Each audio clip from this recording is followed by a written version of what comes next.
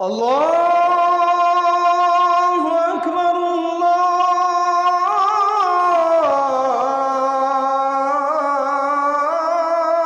আল্লাহু আকবার। এখনো সময় আছে। নিজেদের মধ্যকার কামড়াকামড়ি বন্ধ করে দেশের স্বার্থে, স্বাধীনতা সার্বভৌমত্বের স্বার্থে সকলকে ঐক্যবদ্ধ হতে হবে। এজন্য বিএনপি, জামাত, এনসিপি সহ এদেশে যত রাজনৈতিক দল আছেন সবাইকে আমি বলবো, দেশের স্বার্থে এবং ভারতীয় আগ্রাসন মোকাবেলায়, ভারতীয় আধিপত্যবাদ মোকাবেলায় একই প্ল্যাটফর্মে এসে সবাইকে তা মোকাবেলা করতে হবে। ভারতীয় এজেন্ট, ভারতীয় আর ভারতের পা চাটা যত গোলামেরা এই দেশে আছে, দায়িত্বহীন ভাষায় আমরা তাদেরকে বলতে চাই, গুলির সামনে বুক পেতে দিয়ে শহীদ হতে তামান্না পোষণ করা জাতির এই শ্রেষ্ঠ সন্তানদেরকে গুলি করে বুলেট ছুঁড়ে থামিয়ে দেওয়া যাবে না। প্রয়োজনে রক্তের নদী প্রবাহিত হবে, তাও এই দেশে ভারতীয় আধিপত্যবাদ প্রতিষ্ঠা করতে দেওয়া হবে না, হবে না, হবে না। এই দেশে যত যুবকেরা আছে প্রত্যেকটা যুবক এক একটা হাদির প্রতিচ্ছবি, ঠিক না বেঠিক? এখানে আমার সামনে যত যুবক তরুণ ছাত্র আছে এরা প্রত্যেকেই এক একটা হাদি। 5 আগস্ট এরাই ঘটিয়েছে। সুতরাং এত এত হাদি, লক্ষ লক্ষ কোটি কোটি হাদি, এরা বেঁচে থাকতে এই দেশে ভারতীয় একটা এজেন্ডাকে বাস্তবায়ন করতে দেওয়া হবে না। আজকে এখানে বড় ব্যথাতুর এবং ভারাক্রান্ত হৃদয় নিয়ে আপনাদের এই মাহফিলে উপস্থিত হয়েছি। আমাদের দেশে বর্তমানে পরিস্থিতি খুব একটা ভালো নয়। আপনারা জানেন গতকাল জুমাবার, জুমার নামাজের পরে দেশের রাজধানী ঢাকা শহরে প্রকাশ্য দিবালোকে আমাদেরই এক ভাই ওসমান শরীফ হাদিকে যেভাবে দিনের আলোতে গুলি করা হলো, এ থেকে বোঝা যায় আমাদের দেশের আইন শৃঙ্খলা পরিস্থিতি খুব একটা ভালো নয়। আরো আশ্চর্যের ব্যাপার হলো 2 দিন অতিবাহিত হয়েছে। এই ঘটনা কারা ঘটালো, কে খুন করলো, আমাদের দেশের আইন শৃঙ্খলা বাহিনী এখনো এই তথ্য জাতির সামনে দিতে পারেনি।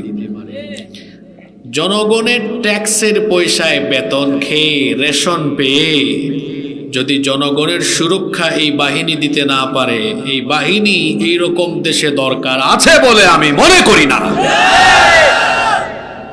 অথর্ব, অযোগ্য, অপদার্থ স্বরাষ্ট্র উপদেষ্টা, যে কিনা তার বাহিনীকে বলার কথা দ্রুত অপরাধীকে শনাক্ত করবে সেটা না বলে সে বরঞ্চ ঘোষণা দিয়েছে যে যে এই অপরাধীকে ধরিয়ে দিতে পারবে তাকে নাকি 50 লক্ষ টাকা পুরস্কার দেওয়া হবে। এখন আপনারা আমাকে বলেন তো, অপরাধী ধরা এটা কি আপনাদের জনগণের কাজ না আইন শৃঙ্খলা বাহিনীর কাজ? তো আইন শৃঙ্খলা বাহিনীর কাজ আমরা করলে এদেশে সিআইডি, ডিজিএফআই, এনএসআই, ডিবি, এই গোয়েন্দা বাহিনী, এই বাহিনীগুলো এদেশে কেন আছে? কেন আছে এরা? কেন দেশে এত গুম? কেন দেশে এত খুন?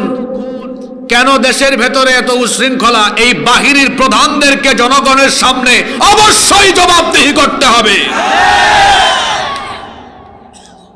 আপনারা এই বাহিনীগুলো পরিচালনা করেন, এই বাহিনীগুলো থাকা সত্ত্বেও কি করে ঢাকার মতো শহরে প্রকাশ্য দিবালোকে একজন মানুষ এইভাবে করে তাকে কিভাবে গুলি করা হয়?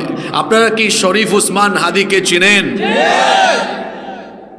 যেভাবে আওয়াজ দিলেন মনে হচ্ছে সোশ্যাল মিডিয়ার কল্যাণে আপনারা তাকে খুব ভালোই চেনেন।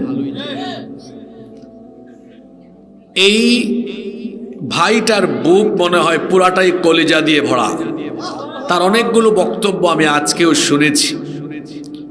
যেভাবে ভারতীয় আধিপত্যবাদ আর ভারতের আগ্রাসনের বিরুদ্ধে দিনের পর দিন সে কথা বলেছে, ওসমান হাদি কাদের টার্গেটের শিকার তা তার বক্তব্য অ্যাক্টিভিটিজের মাধ্যমে বোঝা যায়।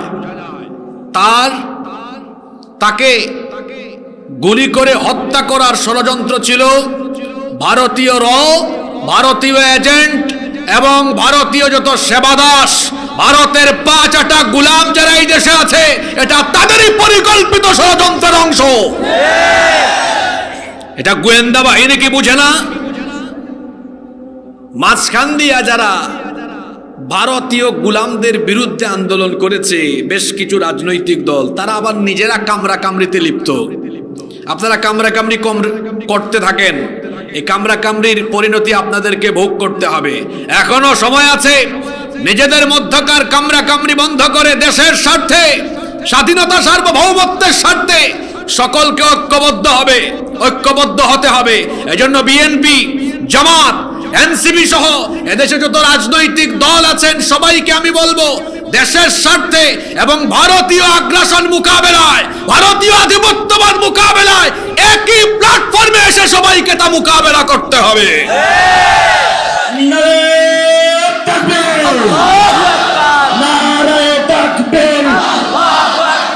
ভারতের জালালেরা, রায়ের জালালেরা,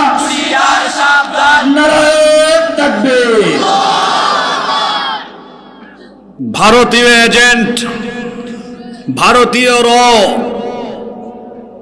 আর ভারতের 5 যত গুলামেরা এই দেশে আছে, দায়িত্বহীন ভাষায় আমরা তাদেরকে বলতে চাই, গুলির সামনে বুক পেতে দিয়ে শহীদ হতে তামান্না পোষণ করা জাতির এই শ্রেষ্ঠ সন্তানদেরকে গুলি করে বুলেট ছুঁড়ে থামিয়ে দেওয়া যাবে না। প্রয়োজনে রক্তের নদী প্রবাহিত হবে, তাও এই দেশে ভারতীয় আধিপত্যবাদ প্রতিষ্ঠা করতে দেওয়া হবে না, হবে না, হবে না।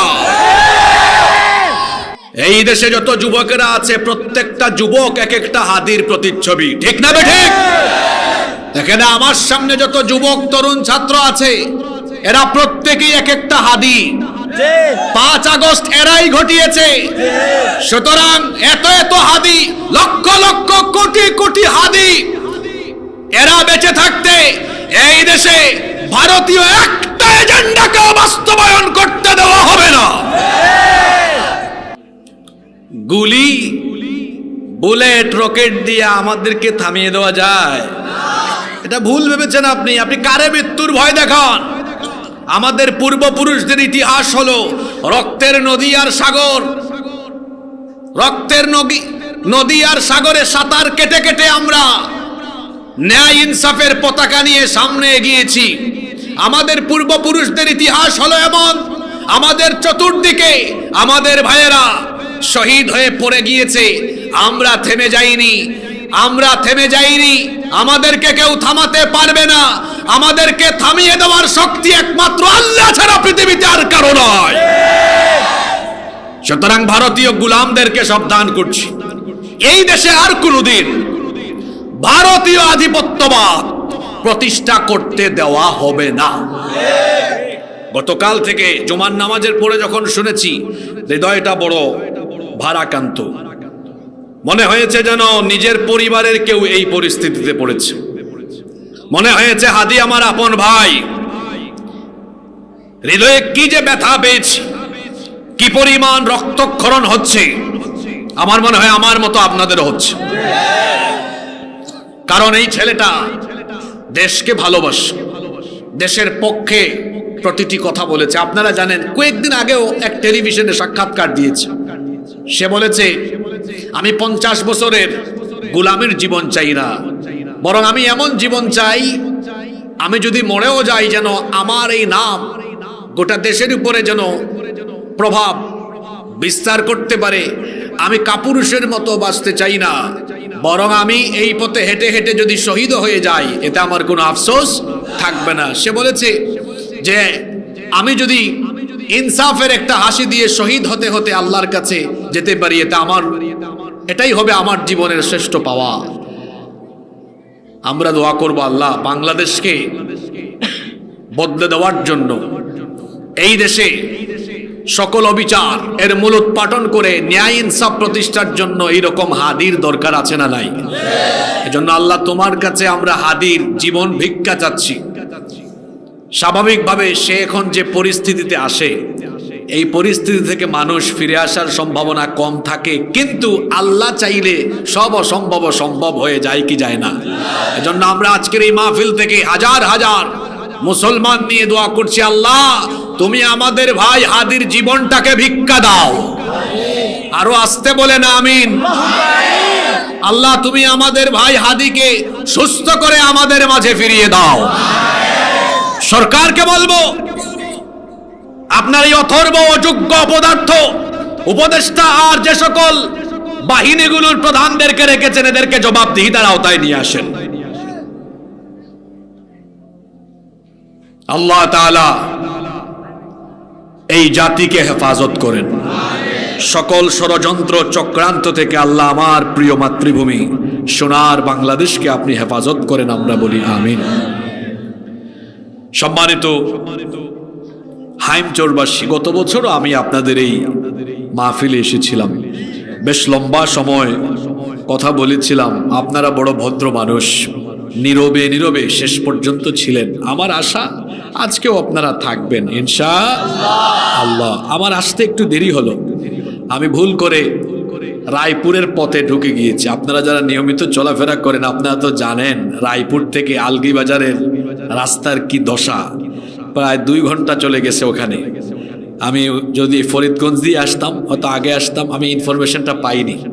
তো আপনারা কষ্ট করেছেন অনেক রাত পর্যন্ত, দুঃখ প্রকাশ করছি। আমি নিজেও শারীরিকভাবে কিছুটা অসুস্থ, গলায় কিছুটা সমস্যা। আল্লাহর কাছে তৌফিক কামনা করছি আমি যেন হেদায়াতের নিয়তে প্রতিটি কথা বলতে পারি, আমরা সবাই যেন শুনতে পারি, বলি আমিন।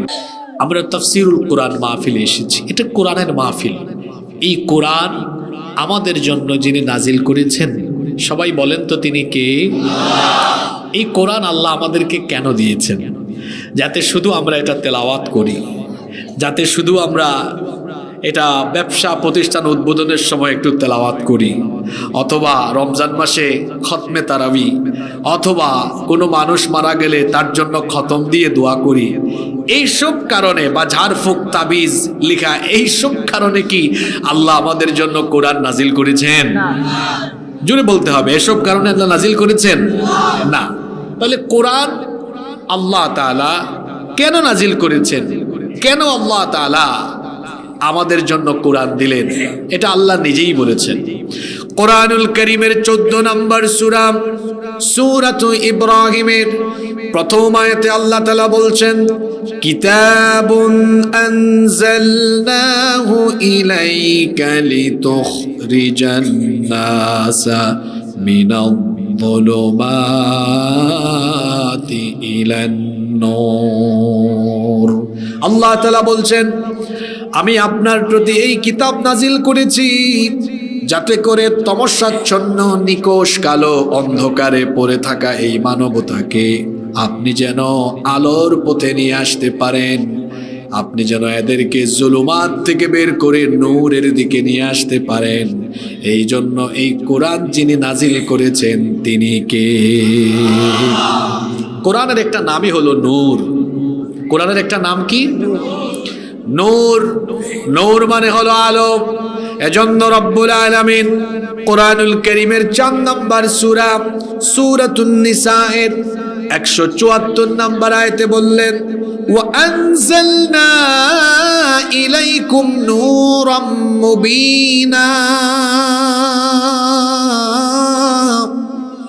আল্লাহ তাআলা বলছেন, আর আমি আপনার প্রতি এই নূর, প্রকাশ্য সুস্পষ্ট নূর অর্থাৎ কোরআন আমাদের জন্য যিনি নাজিল করেছেন তিনি কে? কেন আল্লাহ এটা দিয়েছেন? এটা আল্লাহ এজন্য দিয়েছেন যাতে করে আমাদের পুরো জীবনটা আমরা এই কোরআন দিয়ে সাজাতে পারি, কোরআন দিয়ে গঠন করতে পারি। এই যে ছোট ছোট ভাইরা এই পাশে ধমক দিয়েন না, সুন্দর করে বুঝান। এই যে কচিকাচা বাচ্চারা আসছে, এরা আস্তে আস্তে এরা ধীরে ধীরে ধীরে ধীরে কোরআন পাগল হয়ে যাবে, ঠিক না? ধমকেন না, বাচ্চা মানুষ একটু দুষ্টুমি করবে, একটু মাথায় হাত বলে এরকম বুঝায় দেন যে একটু চুপ থাকো, তুমিও শোনো, দেখবেন ওরা শুনবে। আপনাদের আশেপাশে যারা বসেছে একটু বুঝায় বলেন, ঠিক আছে? আমরা কাউকে যেন ধমক না দিই। আমি বলছিলাম আল্লাহ তাআলা এই কিতাব নাজিল করেছেন আমাদের জীবনটাকে সাজানোর জন্য। আপনারা বলেন তো, কোরআন নাজিল হয়েছে মৃত মানুষের জন্য না জীবিত মানুষের জন্য? আমরা কি করেছি? এটাকে মরা মানুষের কিতাব বানিয়েছি। মারা গেলে কোরআন তার জন্য বেশি পড়া হয়, কিন্তু জীবিত থাকা অবস্থায় এই লোকটা কোরআন পড়ছে না, কোরআন বুঝতেছে না, কোরআন দিয়ে তার পরিবার, তার সমাজ, তার জীবনের সব কিছু পরিচালনা করছে না। তো যেই লোক জীবিত থাকা অবস্থায় কোরআন পড়ে কোরআনের মতো চলল না, মারা যাওয়ার পরে তার জন্য যতই তিলাওয়াত করেন কোনো ফায়দা আছে?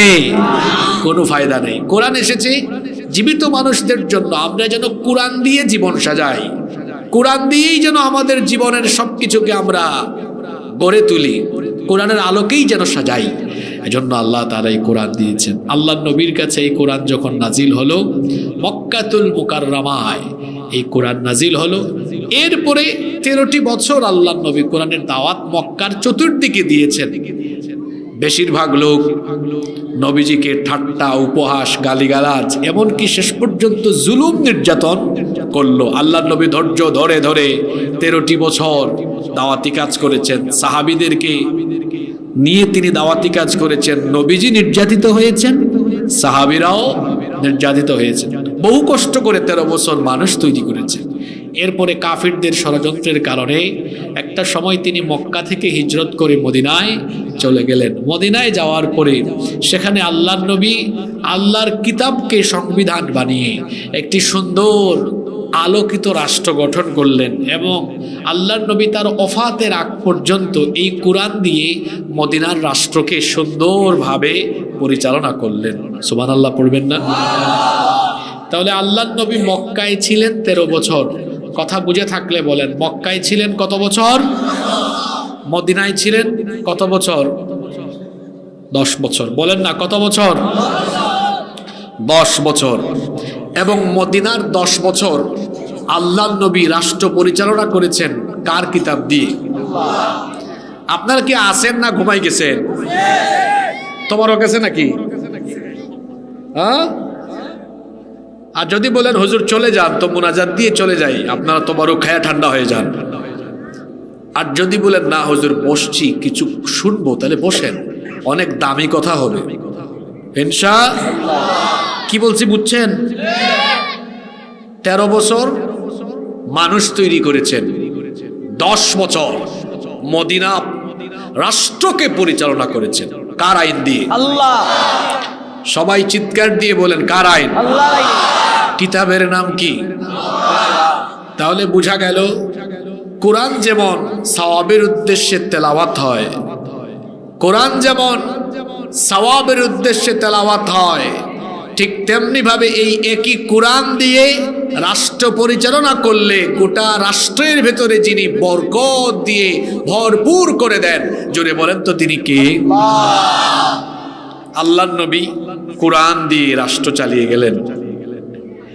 আজকে পৃথিবীতে 200 কোটি মুসলমান বসবাস করছে, কিন্তু পৃথিবীতে বর্তমানে মুসলমানদের শক্তি বেশি না কাফিরদের শক্তি বেশি? সবাই বলেন। আপনারা চাইলে আমেরিকার বিরুদ্ধে কথা বলতে পারবেন? আপনারা চাইলে ইউরোপীয় ইউনিয়নের বিরুদ্ধে কথা বলতে পারবেন? একটু পড়ালেখা করেন। আজকে থেকে কয়েকশো বছর আগে ইতিহাস তালাশ করে দেখেন, এই পশ্চিমা দুনিয়া, এই প্রাচ্য আর পাশ্চাত্যের এই লোকগুলো মুসলমান খলিফাদের সামনে কেমনে বসতো? আমার দিকে তাকান। হাঁটু গেড়ে মাথা নুয়াইয়া বসতো, মাথা উঁচু করে বসতে পারতো না। উসমানীয় খেলাফতের আমলে হাঁটু গেড়ে বসেছে। তার আগের যুগগুলোতে, এর আগে খোলাফায়ে রাশেদার আমলে সাহস করে মাথা উঁচু করে কথাও বলতে পারে নাই। এবার আমাকে বলেন, ওই সময়ে মুসলমানদের সংখ্যা বেশি ছিল না কম ছিল? জি। তো এত কম থাকা সত্ত্বেও তারা দুনিয়াব্যাপী এত প্রভাব বিস্তার করেছেন, আর আমরা পরিমাণে এত বেশি হয়েও আমরা পৃথিবীতে প্রভাব বিস্তার করতে পারলাম না। মূল সমস্যাটা কোন জায়গায়? আমাদের সমস্যাটা হলো আমাদের পূর্বপুরুষরা সংখ্যায় কম ছিলেন, কিন্তু আল্লাহর কোরআনের রঙে রঙিন হয়ে কোরআনকে বুকে ধারণ করে তারা এগিয়ে গিয়েছিলেন বলে গোটা পৃথিবী তারা ঘুরে বেরিয়েছেন, পৃথিবীকে তারা শাসন করেছেন। আর আমরা এখন সংখ্যায় বেশি হলেও কি হয়েছে? আমরা কোরআনকে দূরে ঠেলে দিয়েছি, আর প্রাচ্য পাশ্চাত্যের গোলামির জিঞ্জির আমরা আমাদের নিজেদের মধ্যে আবদ্ধ করে নিয়েছি। আমি আজকের কথাগুলো যুবক তরুণ ছাত্রদেরকে উপলব্ধি করার অনুরোধ করব। এই গোলামের জীবন আমরা কেন পেয়ে গেলাম ভাইয়েরা? আমরা তো এমন গোলামের জীবন পাওয়ার কথা ছিল না। আমরা তো বীরের জাতি, আমরা তো বীরের মতো পৃথিবী দাপিয়ে বেড়ানোর কথা ছিল। আমাদের সামনে এরা হাঁটু গেড়ে বসার কথা ছিল। আমরা কেন কাপুরুষোচিত জীবন পেয়ে গেলাম? এর একটাই কারণ, আপনাদের বিবেককে জিজ্ঞেস করুন যে আমরা কোরআনের কাছে আসতে পেরেছি কিনা। আমরা কোরআনকে ধর্মীয় কিতাব বানিয়ে কোরআনের জ্ঞান থেকে নিজেদেরকে সরিয়ে রেখেছি প্রাচ্য আর পাশ্চাত্য দুনিয়ার সেই কুফফারদের সম্মিলিত ষড়যন্ত্রে পড়ে গিয়ে আমরা কোরআনের শিক্ষা দীক্ষা থেকে দূরে এসে আমরা কোরআনের রঙে রঙিন হতে পারিনি বলে আমরা তাদের গোলামের জিঞ্জিরে আজ আবদ্ধ হয়ে গিয়েছি। এই জিঞ্জির এখন খুলে দিতে হবে। এই জিঞ্জির খুলে, দাসত্বের শৃঙ্খল খুলে সময় এসেছে বদলে যাওয়ার, সময় এসেছে বদলে দেওয়ার। এই বদলে যাওয়া আর বদলে দেওয়ার জন্য আল্লাহর কোরআনকে গ্রহণ করে নিতে হবে। রাজি আছেন সবাই? আল্লাহর নবী কোরআন দিয়ে রাষ্ট্র পরিচালনা করলেন। কোরআন দিয়ে তিনি যে রাষ্ট্র পরিচালনা করলেন, সেই রকম পৃথিবীর সারা দুনিয়ার মুসলমানরা জুড়ে তারা তাদের সমাজ আর রাষ্ট্রের জন্য আল্লাহর কিতাবী কোরআনকে গ্রহণ করে নেয়, তাহলে মুসলমানরা লাভবান হবে না ক্ষতিগ্রস্ত হবে? কথা একটু জুড়ে বলেন, লাভবান হবে না ক্ষতিগ্রস্ত হবে? লাভবান হবে। আপনাদের লাভ হবে না লস হবে? আসেন তাহলে কেমন লাভ হবে 5টা পয়েন্ট বলেই মোনাজাত করে ফেলবো আজকে ইনশাআল্লাহ। 1 নাম্বার, সবাই বলেন তো, আমাদের দেশের সব মানুষ খেয়ে দেয়ে সচ্ছল হয়ে জীবনযাপন করুক, এটা আপনারা সবাই চান কি চান না?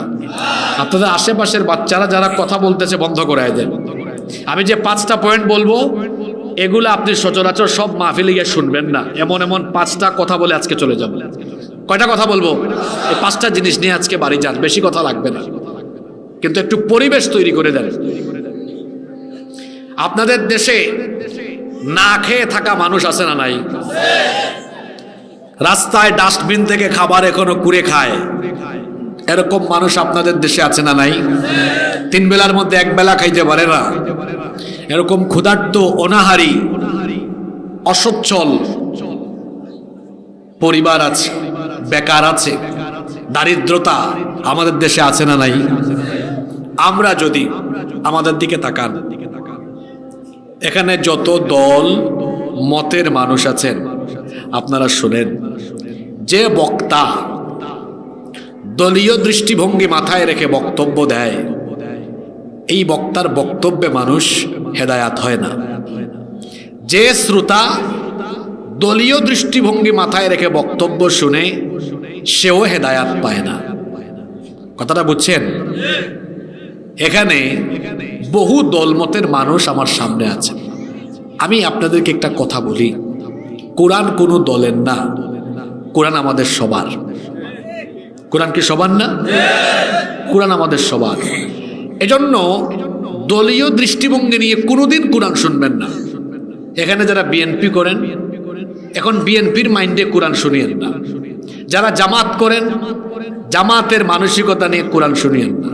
যারা এনসিপি করেন, চরমুনাই করেন, সারসিনা করেন, ফুরফুরা করেন, কিংবা অন্যান্য পীরমা শায়েখদের মাসলাক অনুসরণ করেন, সকলকে বলবো কোরআন এই মুহূর্তে শুনবো আমরা কেবলমাত্র হেদায়েতের নিয়তে। পারবো? ওকে, দেখেন আমি এই শেষ পর্যন্ত কিভাবে কথা বলি, কোনো দলের পক্ষে, ব্যক্তির পক্ষে একটা কথাও হবে না, সবগুলো কথা হবে একমাত্র আল্লাহর সন্তুষ্টির জন্য। ঠিক আছে কথা? আমি আপনাদেরকে একটা প্রশ্ন করেছিলাম, আপনাদের দেশে ক্ষুধার্ত, অনাহারী, অসচ্ছল, গরিব, দরিদ্র মানুষ আছে না নাই? আল্লাহর কিতাবকে যদি আপনারা দল মত নির্বিশেষে সবাই যদি গ্রহণ করেন, একেবারে বিএনপি, জামাত, এনসিপি সব দল, অর্থাৎ আমরা যারা মুসলমান আছি, আমরা সবাই যদি দলমত ভুলে গিয়ে আল্লাহর কোরআনের আইনকে গ্রহণ করি, আমাদের একটা ফায়দা হবে। প্রথম ফায়দাটা হলো আমাদের সমাজে একটা না খাওয়া, ক্ষুধার্ত, অনাহারী, দরিদ্র, অসচ্ছল কোনো মানুষ থাকবে না। সব মানুষেরা সচ্ছল এবং সব মানুষেরা ক্ষুধামুক্ত হয়ে যাবে। সুবহানাল্লাহ পড়েন। কেমনে হবে আমি এটা আপনাদেরকে বুঝাই দিব। অর্থনৈতিক মুক্তির জন্য আমার আল্লাহ একটা চমৎকার ফর্মুলা দিয়েছেন, যেই ফর্মুলার নাম হলো যাকাতের ফর্মুলা। আল্লাহ বলছেন, তোমরা যারা মোমেন হয়ে তোমরা যদি আমার দেওয়া আইন গ্রহণ করে নাও, তাহলে তোমরা যদি জনপদ চালাও, চারটা কাজ করো, বরকত আমি তোমাদেরকে দান করে দিব। সুবহানাল্লাহ। সেই চারটা কাজ কি? আমার আল্লাহ আপনাদের সবাইকেই বলছেন, এটা কোনো দল মতের মানুষকে নয়, আমার আল্লাহ আপনাদের সবাইকেই এই কথাটা বললেন। আল্লাহ তাআলা কত সুন্দর করে বললেন, আল্লাযীনা ইম্মাক্কান্নাহুম ফিল আরদি আকামুস সালাতা ওয়া আতাউয যাকাতা ওয়া আমারু বিল মা'রুফি ওয়া নাহাউ আনিল মুনকার ওয়ালিল্লাহি আকিবাতুল উমুর। আল্লাহ তাআলা বলছেন, আর আমি যদি সেই সকল মুমিনদেরকে জনপদ পরিচালনার দায়িত্ব দিই, তারা যেন চারটা কাজ করে। এক নম্বরে তারা যেন নামাজ কায়েম করে। দুই নম্বরে আল্লাহ বললেন যাকাত যেন আদায় করে। দেখবেন কোরআনের যত জায়গায় আল্লাহ নামাজের কথা বলেছেন, ঠিক তত জায়গায় আল্লাহ যাকাতের কথা বলেছেন। নামাজের মাধ্যমে মানুষের আত্মার খোরাক মেলে, নামাজের মাধ্যমে মানুষের আত্মা পরিশুদ্ধ হয়, নফস পরিশুদ্ধ হয়। যাকাতের মাধ্যমে নফসের পাশাপাশি সমাজ এবং রাষ্ট্র একেবারে পরিশুদ্ধ হয়ে যায়। কিন্তু একটা দুঃখের বিষয় কি জানেন? আমাদের দেশের বেশিরভাগ মানুষ যাকাত মানে মনে করে, যাকাতের মানেই মনে করে শাড়ি লুঙ্গি বিতরণ করা, অথবা গরিব মানুষদেরকে ডেকে এনে 200, 400, 500 টাকা দিয়ে গরিবদের সাথে তামাশা করা। যারা যাকাতের নামে শাড়ি লুঙ্গি বিতরণ করে গরিবদেরকে ডেকে এনে 200, 400, 500 টাকা দিয়ে দেয়, এরা যাকাতের নামে গরিবের সাথে তামাশা করে এবং এদের যাকাত আদায় হয় না। এরা যাকাতের কনসেপ্ট বুঝে নাই। সবাই খেয়াল করে শুনেন, যাকাতের এই কনসেপ্ট আল্লাহ কেন দিলেন? যাকাতের এই কনসেপ্ট আল্লাহ এজন্য দিয়েছেন যাতে সমাজে কোনো গরিব না থাকে, সমাজে কোনো অসচ্ছল না থাকে, বেকার না থাকে। যাকাত যাকে দেওয়া হবে সে যেন 15 বছর আর যাকাত না খায়। তাইলে এই ফর্মুলাকে বাস্তবায়নের জন্য কিভাবে এই যাকাতকে অ্যাপ্লাই করতে হবে, এই অ্যাপ্লাইং সিস্টেম, অ্যাপ্লাইং ম্যাথোডোলজি আমার দেশের সিংহভাগ মুসলমান জানে না। এটা অ্যাপ্লাই করতে হয় কিভাবে শুনেন। যুবক ভাইয়েরা আছেন না ঘুমাই গেছেন? আমি অনুরোধ করে যাচ্ছি, আমার এই কথাগুলো গোটা এলাকায় আপনারা ছড়িয়ে দিবেন। কিভাবে যাকাত দিতে হয় শুনেন। মনে করেন আমি একটা ছোট উদাহরণ দিই। আপনাদের গ্রামের নাম ছোট লক্ষ্মীপুর, তাই না? এই ছোট লক্ষ্মীপুর গ্রামে যাদের উপরে যাকাত ফরজ হয়েছে, এই সকল লোকদের যাকাতের টাকা আপনারা এক জায়গায় করলেন, এক জায়গায় করে দেখলেন এর পরিমাণ দাঁড়ালো 2 লক্ষ টাকা। এই 2 লক্ষ টাকা আপনারা চাইলে 500 করে সর্বমোট 400 জন মানুষকে দিতে পারবেন। কিন্তু আপনারা আমাকে বলেন তো, যেই 400 জন মানুষকে জন প্রতি 500 করে দিলেন, এটা পেয়ে তারা কি ধনী হয়ে যাবে নাকি? এক বেলা খাবে আর এক বেলা ওই আগের অবস্থায় থাকবে। কিন্তু আপনারা যদি 2 লক্ষ টাকা এইভাবে দেন, এই এলাকায় একজন বিধবা বোন স্বামী মারা গিয়েছে, তাকে একটা সেলাই মেশিন কিনে দিলেন, বোন আপনি সেলাই মেশিন চালান, এটা দিয়ে পরিবারটা চালান, তার পরিবার চলার ব্যবস্থা হবে না? আরেকটা ছেলে, এদের পরিবারটা খুব অসচ্ছল, এরা খাইতে পারে না, চলতে পারে না, এই ছেলেটাকে ডেকে এনে, আপনাদের এলাকায় রিক্সা চলে না ভ্যান চলে না অটো চলে? ইজি বাইক, অটো রিক্সা আর কি। তারে আপনি একটা অটো রিক্সা কিনে দিলেন, ভাই ধরো এই অটো রিক্সাটা চালাও, তার পরিবার চলার ব্যবস্থা হবে কি হবে না?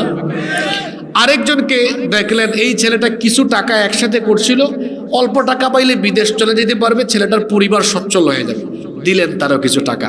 ওই দিনাজপুর, পঞ্চগড়, ঠাকুরগাঁও, ওইদিকে মানুষ বেশি ধান চাষ করে, অনেক ধান হয়, এরা কৃষিকাজের উপর নির্ভরশীল। ওই অঞ্চলে হলে মনে করেন আপনি তাকে 2টা হালের বলদ কিনে দিলেন, চাষাবাদ করে খাইতে পারবে। এরকম যে এলাকায় যেটা হয়, অনেক এলাকায় কুটির শিল্প মানে হাঁসের খামার, মুরগির খামার, অনেক কিছু করা যায়। আপনি 2 লক্ষ টাকা 500 জন মানুষকে দিলে দেখা যাবে, 400 জন মানুষকে দিলে 500 করে দিলে দেখা যাবে এদের ফায়দা হবে না। কিন্তু 2 লক্ষ টাকা এরকম 3-4 জন বেকারকে বা দরিদ্র পরিবার, অসচ্ছল পরিবারকে দিলে এই পরিবারগুলো কি আগামী বছর আর জাকাত খাওয়ার মতো পরিস্থিতিতে থাকবে? আমরা কি এভাবে জাকাত দেই? এবার আসেন, এটা তো আপনাদের গ্রাম দিয়ে জাকাতের উদাহরণ দিলাম, কিন্তু যদি সব মুসলমানরা বলে আমরা আল্লাহর দেওয়া ফর্মুলাকে মেনে নিলাম, তাহলে দেশে নতুন করে একটা মিনিস্ট্রি খুলতে হবে, এটার নাম হলো জাকাত মিনিস্ট্রি। এখন কি করা হলো, ইসলামী অর্থনীতিতে বিশেষজ্ঞ লোকদের দ্বারা এটা পরিচালিত হলো। তখন মনে করেন সারা দেশের যত মুসলমান আছে তাদের সবার সম্পদের হিসাব সরকারের কাছে থাকবে। যাদের জাকাত ফরজ হয়েছে যাদের উপরে, বছর শেষে তাদের মোবাইলে একটা মেসেজ আসবে, মিস্টার আব্দুল সালাম সাহেব, এই বছর আপনার 3,229 টাকা জাকাতের এসেছে, অথবা 5,000 অথবা 10,000 টাকা এসেছে, এটা আমাদের আপনার উপজেলার সংশ্লিষ্ট এই অফিসে বা অমুক জায়গায় জমা দেন। তখন দেখা যাবে সারা দেশে যাদের উপর জাকাত ফরজ সেই সব মুসলমানদের টাকা, জাকাতের টাকা সরকারের কোষাগারের একটা জায়গায় জমা পড়েছে। এর পরিমাণ তখন অনেক হবে। আমি বোঝানোর জন্য একটা সংক্ষিপ্ত ছোট অ্যামাউন্ট ধরি, মনে করেন এর পরিমাণ হলো 140,000 কোটি টাকা। একটা রাষ্ট্রের জন্য এই টাকা খুব বেশি না, কিন্তু এটা চট্টগ্রাম বিভাগ দিয়ে কাভার হয়ে যাবে। এখন আমি কি বললাম, মনে করেন সারা দেশ থেকে উত্তোলিত জাকাতের অর্থ এর মোট পরিমাণ দাঁড়ালো কত বললাম, 140,000 কোটি টাকা। এখন সরকার 64টা ডিস্ট্রিক্ট থেকে একটা তালিকা করলো, হাইমচরেও তালিকাটা হবে। কিভাবে এটা, এই হাইমচরে বেকার ছেলে পেলে আছে না, এটা লিস্ট করলো, লিস্ট করে সারা দেশের 64টা ডিস্ট্রিক্ট, 460টার বেশি উপজেলা আছে, এই উপজেলা থেকে ছেলে পেলেগুলোকে তালিকা করে বেকার বেকার ছেলে যারা চাকরি বাকরি নাই, পরিবার চলে না, গরিব অসহায় অসচ্ছল পরিবার, এই ধরনের পরিবার থেকে মোট 70 লক্ষ যুবকের একটা তালিকা করলো। জোরে বলেন তো কত লক্ষ? 70 লক্ষ। এই 70 লক্ষকে ধাপে ধাপে ধাপে ধাপে ঢাকায় নিয়ে সরকার কি করলো, বলল ধরো 2 লাখ টাকার চেক নাও না, উদাহরণ দিলাম আর কি, তোমাকে যে 2 লাখ টাকা দিলাম, এটা নিয়ে ডিসকভার মোটরসাইকেল কিনে পাঙ্কু পাঙ্কু করো না, এই টাকাটা দিয়ে তোমার এলাকায় গিয়ে কোনো একটা ছোটখাটো কাজ আরম্ভ করো, এটা পর্যবেক্ষণের জন্য কিন্তু তোমার উপজেলায় আমাদের অডিট অফিসার আছে, এটা দেখবে। আবার এটা উদাহরণ দিচ্ছি, এরকম কত লক্ষ ছেলের হাতে 2 লক্ষ টাকার চেক দেওয়া হলো? কথা বলেন না কেন? 70 লক্ষ। আপনাদেরকে তো হাতে কলমে বাস্তবে ওয়াজ শিখাই যাচ্ছি। 70 লক্ষ যুবককে দেওয়া হলো, বলা হলো আবার প্রত্যেকটা এলাকায় আমার অডিট অফিসার আছে, এটা দেখবে কি করো। এই ফর্মুলাটা আমার না, এটা কার? আল্লাহর। এই ফর্মুলায় দেখা গেল 1 বছরে আল্লাহর দেওয়া অর্থনৈতিক এই সিস্টেমে, এই পদ্ধতিতে কত লক্ষ বেকার যুবকের কাজের ব্যবস্থা হয়ে গেল? 70 লক্ষ। আরে জুড়ে বলেন না কেন? 70 লক্ষ। এই সিস্টেমটা যদি আপনাদের দেশে চলতেই থাকে, যুবকেরা বীর পুরুষের মতো জবাব দিবেন। 10 বছর পরে আপনাদের দেশে একটা গরিব মানুষ থাকবে নাকি? না। সবাই তো বললেন না, যারা বলে নাই এরা মিস করছে, এরা বুঝে না, এরা ইউটিউব থেকে পড়ে শুনবে, এরা অমনোযোগী শ্রোতা। আর যারা বুঝছে তারা বুঝছে আমি কি বলছি। আমার এক ভাই বলেছেন 10 বছরও লাগবে না, ঠিকই, আমি এটা কথার কথা বলছি। আমি ধরে নিলাম 10 বছরই, 10 বছর, 10 বছর। আপনাদের দেশ স্বাধীন হয়েছে কত বছর গো? 54 বছর। তো 54 বছরে আপনাদের দেশে গরিব কমে না কেন? ডাস্টবিন থেকে এখনো তুলে খাবার খায়। আমি বলার আগে তারাই বলে দিছে উত্তর। বক্তব্য দিয়েছে, আমারে একটাবার সুযোগ দেন না, একদম ক্ষুধামুক্ত সমাজ বানায় দিব। সুযোগ পাইলে তার নিজের ক্ষুধাই মিটাইতে পারে না।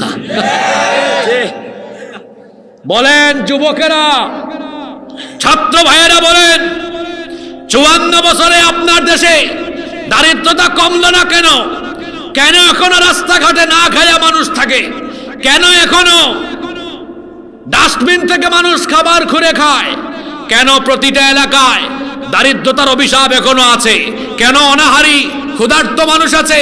তার কারণ হলো আমরা আল্লাহর দেওয়া বিধানকে গ্রহণ করে আল্লাহর এই ফর্মুলা বাস্তবায়ন করতে পারিনি। আমরা বরঞ্চ তাকিয়ে আছি সেই ইতিম মিসকিনদের দিকে, যে ইতিম মিসকিনরা আমাদেরকে খাওয়াবে বলে সুযোগ পাইলে তারাই খাইয়া সাদের লাউ হয়ে যায়। সময় এসেছে বদলে যাওয়ার, বদলে দেওয়ার। 54 বছরে তো আপনারা দেশ থেকে ক্ষুধা দারিদ্রতা নিবারণ করতে পারেন নাই। আমরা বলছি, দায়িত্ব নিয়ে বলছি, চ্যালেঞ্জ করে বলছি, আলেমদেরকে দায়িত্ব দিয়ে দেখেন, 10 বছরে বাংলাদেশে দারিদ্রতার কবর দিয়ে দিব।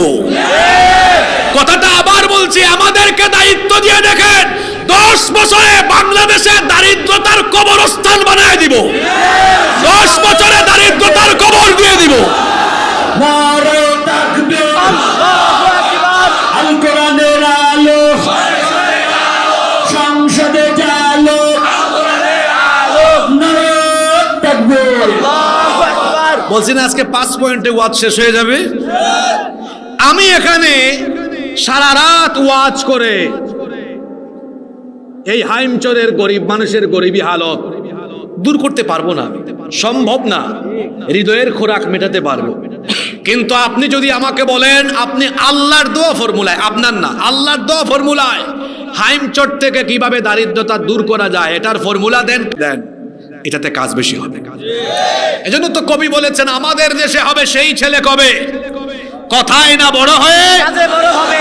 যুবকদেরকে আহ্বান করছি, তরুণদেরকে আহ্বান করছি, এই তারুণ্য আর যুব সমাজ এরা যদি আল্লাহর কোরআনকে বুকে ধারণ করে, আলেম উলামাদের সাথে সম্পর্ক বাড়ায়, আর কোরআন ধারণ করে, লালন করে, চর্চা করে, কোরআনের এই অর্থনৈতিক মুক্তির যাকাতের ফর্মুলা গ্রহণ করে, আগামীর বাংলাদেশ হবে উন্নত, সমৃদ্ধ, মাথা উঁচু করে দাঁড়িয়ে থাকা পৃথিবীর সমৃদ্ধ দেশ।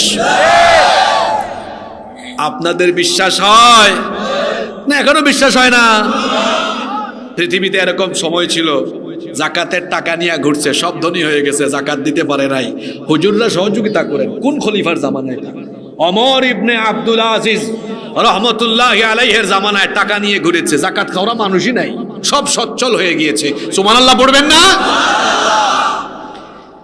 এজন্য আমি বলেছি, দলমত ভুলে গিয়ে হেদায়েতের নিয়তে শুনেন। তাহলে বলেন তো, আমাদের অর্থনৈতিক মুক্তির জন্য, পেটের ক্ষুধা নিবারণের জন্য, দারিদ্রতার কবর দেওয়ার জন্য, সচ্ছল স্বনির্ভর বাংলাদেশ পাওয়ার জন্য আসলে সুদ ভিত্তিক মানুষের দেওয়া ফর্মুলা ভালো না আল্লাহর দেওয়া জাকাতের ফর্মুলা ভালো? আল্লাহর দেওয়া যাকাতের ফর্মুলা। কার দেওয়া, কার দেওয়া, কার দেওয়া, কার দেওয়া? আল্লাহর দেওয়া। একটা পয়েন্ট চলে গেছে। যারা অমনোযোগী হইয়া বাদাম খাইয়া মিস করছেন, তারা বাকি 4টাতে মনোযোগী থাকিয়েন। বলছি না, এমন ওয়াজ শুনবেন সচরাচর সব জায়গায়, এগুলা শুনবেন না আপনি। আর 4টা বাকি আছে, তারপর প্রধান অতিথি আসবেন। প্রধান অতিথি আবার কে? হ্যাঁ, বুঝে ফেলছে। ঠিক আছে। 2 নম্বর, আপনারা যদি আল্লাহর দেওয়া এই বিধান, কোরআনের আইনকে গ্রহণ করে দেন, তাহলে আপনাদের দেশে আর কেউ অবিচার করতে পারবে না। আপনারা শুনতেছেন? অবিচার করতে, ন্যায় বিচার থেকে কেউ বঞ্চিত, কারণ আমার আল্লাহর এই কিতাবের ভেতরে আছে ন্যায় বিচারের ফর্মুলা। এই কিতাবের ভেতরে আল্লাহ যত বিধান দিয়েছেন, আইন দিয়েছেন, সেটা হোক না ফৌজদারি, হোক না দেওয়ানি, এমন এমন বিধান আমার আল্লাহ দিয়েছেন। আপনারা যদি এই বিধানগুলোকে মেনে নিয়ে সমাজের মধ্যে অ্যাপ্লাই করা আরম্ভ করেন, দেখা যাবে সমাজে যত অনাচার ও বিচার, জুলুম, অন্যায়, চুরি, ডাকাতি, ছিনতাই, রাহাজানি, ধর্ষণ, লুটপাট, যত রকমের পাপ আছে, যত রকমের অন্যায় আছে, অবিচার আছে, অনাচার আছে, সব অনাচার দূরীভূত হয়ে যাবে। কারণ আমার আল্লাহর এই কিতাবের ভেতরে আল্লাহ আদেশ করেছেন, আমার দেওয়া এই আইনের ভিত্তিতে ন্যায় বিচার কায়েম করো। কোথাও কোনো অনাচার ও বিচার থাকবে না। তার কারণ হলো আমার আল্লাহ এই কিতাবের ভেতরে তার আইন দিয়ে ন্যায় বিচার প্রতিষ্ঠার হুকুম করেছেন। এজন্য রব্বুল আলামিন কোরআনে কারীমের 4 নম্বর সূরা সূরাতুন নিসায়ের 58 নম্বর আয়াতে বললেন, ওয়া ইযা হাকামতুম বাইনান নাসি আন তাহকুমু বিল আদল। ও নবী, আর আপনি যখন মানুষের মধ্যে বিচার ফয়সালা করবেন, তখন আমার দেওয়া আইনের ভিত্তিতে আপনি মানুষের মধ্যে ন্যায় বিচার করবেন। কোরআন দিয়ে বিচার ফয়সালা হলে সেইখানে বিচারের নামে কোনো অবিচার হয়? বিচারের নামে কোনো অবিচার হয় না, সেখানে বিচারের নামে প্রহসন হয় না। কারণ কোরআনের বিচার বড় সুন্দর, সেখানে কোনো স্বজনপ্রীতি নাই, সেখানে কোনো ধরনের অন্যায়ের আশ্রয় নেওয়ার সুযোগ নাই। কোরআনের বিচার কেমন দেখেন, একটা ঘটনা আমার মনে পড়লো, ঘটনাটা বলবো? ঘটনাটা ভালো করে শোনেন। আল্লাহর নবীর আদালতে একবার মাখজুমিয়া গোত্রের কুরাইশি একজন সম্ভ্রান্ত নারীকে আনা হলো। এই মহিলার ব্যাপারে অভিযোগ ছিল, এই মহিলা চুরির অপরাধে ধরা পড়েছেন। এবার চুরির অপরাধে যখন এই মহিলাকে আদালতে তোলা হলো, সাহাবায়ে কেরাম পরস্পর পরামর্শে বসে গিয়েছেন। এই নারী একজন সম্ভ্রান্ত পরিবার, সম্ভ্রান্ত বংশের নারী। সাহাবীরা চিন্তা ভাবনা করছেন, যদি আল্লাহর নবী বিচার করতে গিয়ে রায় আল্লাহর কোরআন থেকে দিয়ে দেন, তো কোরআনের রায় হলো চোর যদি প্রমাণিত হয়ে যায় তার হাত কেটে দিতে হবে। যদি এই রায় আল্লাহর নবী দিয়ে দেন, ওই বংশের, ওই পরিবারের, ওই গোষ্ঠীর কোনো মান সম্মান থাকবে না। এই জন্য সাহাবীরা পরস্পর পরামর্শ করে উসামা ইবনে যায়েদ রাদিয়াল্লাহু আনহুকে নবীজির দরবারে পাঠালেন সুপারিশ নিয়ে যাওয়ার জন্য। তিনি গিয়ে বললেন, ইয়া রাসূলুল্লাহ, আমরা বলি সাল্লাল্লাহু আলাইহি ওয়াসাল্লাম, এটা বড় নামি দামি বংশের মহিলা, রায় দিতে গিয়ে রায়টা একটু হালকা করে দিয়ে দিন, যাতে ওই বংশের মান সম্মান বেঁচে যায়। আল্লাহর নবী সঙ্গে সঙ্গে সাহাবীদেরকে ডেকে বললেন, আমার সাহাবীরা, কি করে তোমরা আল্লাহর দেওয়া বিধানের বিরুদ্ধে, আল্লাহর দেওয়া বিধানের বিরুদ্ধে, আল্লাহর দেওয়া আইনের বিপরীতে তোমরা দাঁড়িয়ে কি করে এমন দুঃসাহস দেখাতে পারলে? ও আমার সাহাবীরা শোনো, আজকে আদালতের কাঠগড়ায় যদি এই নামি দামি সম্ভ্রান্ত বংশের নারী না হয়ে আমার নিজের কলিজার টুকরা মেয়ে ফাতেমাও হতো, অপরাধ প্রমাণ হয়ে গেলে আমি হাত কাটার রায় দিয়ে দায়িত্ব জল্লাদকে না দিয়ে আমার নিজের মেয়ের হাত আমি নিজেই কেটে ফেলে দিতাম। আল্লাহু আকবার। এটাকে বলে ন্যায় বিচার, কারণ সেখানে বিচার হয়েছে কোরআন দিয়ে। জোরে বলেন, বিচার হয়েছে কি দিয়ে? কোরআন দিয়ে বিচার হলে সেখানে বেইনসাফি হয় না, সেখানে বিচারের নামে প্রহসন হয় না, সেখানে মানুষের অধিকার ক্ষুণ্ণ হয় না। আচ্ছা আপনারা বলেন তো, আপনাদের দেশের আদালতে বিচার হয় আল্লাহর আইনে না মানুষের আইনে? জোরে বলেন। এই আইনে আপনাদের কেমন লাভ হইলো আমি আপনাদেরকে দেখাই। এই যে 54 বছর ধরে বাংলাদেশে নারী নির্যাতন, নিপীড়ন, ধর্ষণ, এটা বেড়েছে না কমেছে? গত কয়েক মাস আগে মাগুরায় এটা ছোট্ট মেয়ে, 8 বছর বয়স, মনে আছে তার কথা? আসিয়া, এক পরিবারের 3 নরপিশাচ আমার বোনটির উপরে পাশবিকতা চালায়। তারপরে হাসপাতালে কয়েকদিন সে বড় কষ্ট করে আর্তচিৎকার দিতে দিতে দুনিয়া থেকে চলে যায়। তার দাফন হলো, কবর হলো, কবরে ঘাসও উঠে গেল, কিন্তু তার ধর্ষকরা এখনো বেঁচে আছে না নাই? আপনাদের আদালতে কার আইন? শরম লাগে বলতে, তাই না? লজ্জা লাগে নাকি কথা বলতে? হ্যাঁ, কার আইন? মানুষের আইন। আমার দেশে কিছু রাজনীতিবিদ আছে, রাজনীতি করে ধর্ষণের দায়ে অভিযুক্ত। কিন্তু ক্ষমতার ঠেলায় আইন তার ক্ষমতার চেয়ারের নিচে চাপা পড়ে গেছে, তার কিচ্ছু হয় নাই। আমার দেশে এমন কিছু বিশ্ববিদ্যালয় আছে যেখানে ধর্ষণের সেঞ্চুরি হয়েছে, আর ওই ধর্ষককে ফুলের মালা দেওয়া হয়েছে। আমি নাম শুদ্ধ আপনাকে বলে দিতে পারবো। আমার দেশে কারেন্ট আসছে, আলহামদুলিল্লাহ পড়েন। একটু সেটিংটা চেঞ্জ করে দিচ্ছে, হয়ে যাবে ইনশাল্লাহ। ঠিক আছে, চলে আসছে, আলহামদুলিল্লাহ পড়েন। আমার দেশে এমন কিছু ব্যবসায়ী আছে ধর্ষণের দায়ে অভিযুক্ত, কিন্তু টাকার গরমে আইন তার পায়ের তলায় ফেলে দিয়েছে। কি এরকম ব্যবসায়ী নাই? ধর্ষিতা কবরে চলে গিয়েছে, ধর্ষক বেঁচে আছে। আদালতে আল্লাহর আইন না মানুষের আইন? মানুষের আইন। এ কেমন আইন যে আইন থাকার ফলে ধর্ষিতা কবরে চলে যায়, আর ধর্ষক বুক ফুলিয়ে হেঁটে বেড়ায়, ধর্ষক বেঁচে থাকে, আর ধর্ষিতা কবরে যায়। যে আইন থাকলে পরে সেই আইনের মুখে আমরা জুতা মারি, জুতা নিক্ষেপ করি সেই আইনের মুখে। আমি এবার আপনি আমাকে বলেন, সেখানে যদি মানুষের আইন বাদ দিয়ে আল্লাহর কোরআনের আইন থাকতো, তো কোরআনে ধর্ষকের শাস্তি কি? রজম, একেবারে লাইভ মৃত্যুদণ্ড, লাইভ টেলিকাস্ট হবে। এই ভাই যেভাবে বিডি সমাচার উনি যেভাবে আজকের মাহফিল লাইভ দিচ্ছে, ঠিক তেমনি মানুষের চোখের সামনে এই ধর্ষকের শাস্তি হবে। আপনারা বলেন তো, আল্লাহর দেওয়া কোরআনের এই ফর্মুলা অনুযায়ী বাংলাদেশের যদি এক ধর্ষকের বিচার, একটা ধর্ষকের বিচার জনসম্মুখে করা হতো, যতগুলো চরিত্রহীন আর লম্পট আছে, একটা বিচার দেখে দেখতেন সব চরিত্রহীন লম্পটরা তারের মতো সুদা হয়ে যেত। তাহলে বলেন, ন্যায় বিচার আর মানুষের অধিকার প্রতিষ্ঠার জন্য কার আইন ভালো? আল্লাহর আইন। জোরে বলেন, কার আইন? আমি চলে গেলে এই আলোর পথের ছেলেদেরকে ডেকে বইলেন না কোন জায়গা থেকে হুজুর আনছো, রাজনীতি করে গিয়েছো। যদি এটা বলে ধরে ফেলবেন তারে, বলবেন হুজুরের বক্তব্য শুরু থেকে শেষ পর্যন্ত রেকর্ড আছে, আমার নামে ইউটিউব চ্যানেলও আছে, এটা আমার চ্যানেলেও থাকবে। আমার বক্তৃতায় শুরু থেকে শেষ পর্যন্ত বাংলাদেশের কোনো রাজনৈতিক দলের পক্ষে, কোনো নেতার পক্ষে কোনো বক্তৃতা নাই, আছে?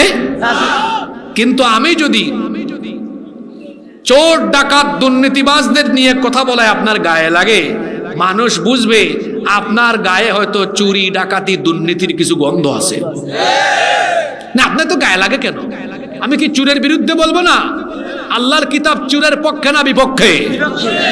লম্পট বদমাইশদের পক্ষে না বিপক্ষে? এটা তোমাকে বলতে হবে। দেখেন না, আমাদের কি শিখায় দেয়, হুজুর রাজনীতির কথা বলবেন না, কোরআন থেকে কথা বলবেন। এই জন্য আমি কোরআন থেকে কথা বলতেছি।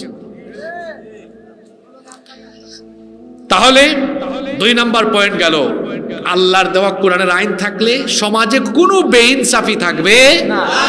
আমাদের দেশে চুরি আছে না নাই? এতগুলা খুন হয়, একটা খুনিরে দইরা কেসাসের বিধান কায়েম করে দেখেন, যত খুনি আছে সব তারের মতো সোজা হয়ে যাবে। যে আইন শৃঙ্খলা ঠিক করতে পারেন না, একটু আল্লাহর বিধান চালু করে দেখেন না, সব কেমনে লাইনে আসে। মিজান ভাই কোথায়? মিজান ভাইয়ের ভাইরা কোথায়? আমি প্রতি বছর সৌদি আরবে যাই, এই ছেলেগুলো আমাকে সময় দেয়, প্রতি বছরই যাই আমি। সৌদি আরবে কোরআনের 100 ভাগ আইন নাই, অল্প কিছু আছে, সামান্য আছে। এরা তো আপনাদের এলাকার ছেলে। সেখানে আমরা দেখেছি কি, নামাজের টাইমে মসজিদ খোলা রেখে, স্বর্ণের দোকান খোলা রেখে মসজিদে গিয়েছে, চুরি হয়? বলে চুরি হয়? সবকিছু ওপেন রেখে চলে গিয়েছে। আশ্চর্য কথা, চুরি হচ্ছে না, কারণ ওখানে চুরি করলে খবর আছে, এই শাস্তিটা আবার কোরআন দিয়ে দেয়। এই জন্য চুরি। আমাদের দেশে সারা বছরে যত খুন হয় না, সরি, আমাদের দেশে একদিনে যত খুন হয়, একদিনে যত খুন হয়, সৌদি আরবে মনে হয় 5 বছরে অত খুন হয় না। হয়, ওখানে কিন্তু খুনের বিচারটা কোরআন দিয়ে করে। আমি আগেই বলেছি, সৌদি আরবে কোরআনের 100 ভাগ আইন নাই, 100 ভাগ আইন নাই, অল্প কিছু আছে, কিন্তু যেগুলো আছে এতেই বরকত আছে। আপনি খুনের বিচার করেন, হত্যার বিচার করেন, ধর্ষণের বিচার করেন, আপনি আল্লাহর দেওয়া বিধান দিয়ে বিচার করে দেখেন, কোন ধরনের জুলুম থাকবে না। তাহলে বোঝা যাচ্ছে আল্লাহর আইন ভালো। এরপরেও কিছু মানুষ আল্লাহর আইন চায় না কেন? সত্য কথা শুনতে তিতা লাগে, এটা বলতে হবে। আল্লাহর আইন কেবল তারাই চায় না, তলে তলে যারা চুরি করতে চায়, তলে তলে যারা দুর্নীতি করতে চায়, লুটপাট করতে চায়, রাহাজানি করতে চায়, খুন গুমের কাজ করতে চায়, অন্যায় আর অপরাধ জগৎকে নেতৃত্ব দেয় যারা, আল্লাহর আইন চায় না তারা। তিন, সময় শেষ হয়ে যাচ্ছে, খেয়াল করেন। নাম্বার 3, আল্লাহর আইন থাকলে সব ধর্মের মানুষ আরামে থাকবে। কথাটা কি বললাম? সব ধর্মের মানুষ। কোরআন কি কোন ধর্মের জন্য নাজিল হয়েছে নাকি সব মানুষের জন্য? এটা তো হুদাল লিন্নাস, সব মানুষের জন্য হেদায়াত। এজন্য আল্লাহ তাআলা বলেছেন, হাদা বায়ানুল লিন্নাসি ওয়া হুদান ওয়া মাউইযাতান ওয়া বুশরা লিল মুসলিমিন।